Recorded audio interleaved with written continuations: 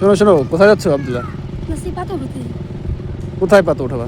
পাতা উঠাবো ওদিকে? ওদিকে হয়। ও আচ্ছা, এখন তো ধান রোপণ করার সময়, হয়। তো যাক, ঠান্ডা লাগে না? বাতাস হচ্ছে তো।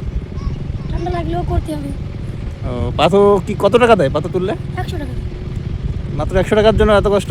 তোমার তো পাতার তো ওখানে তো কাদা থাকে, পানি, ঠান্ডা লাগবে না? 100 টাকার অনেক মূল্য আছে যখন এটা কেউ কাউকে দেয় অথবা দান করে।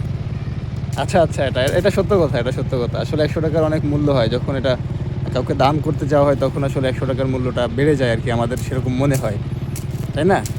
100 টাকার মূল্য তখন থাকে না যখন কোনো কিছু কেনাকাটা করতে যাওয়া হয়।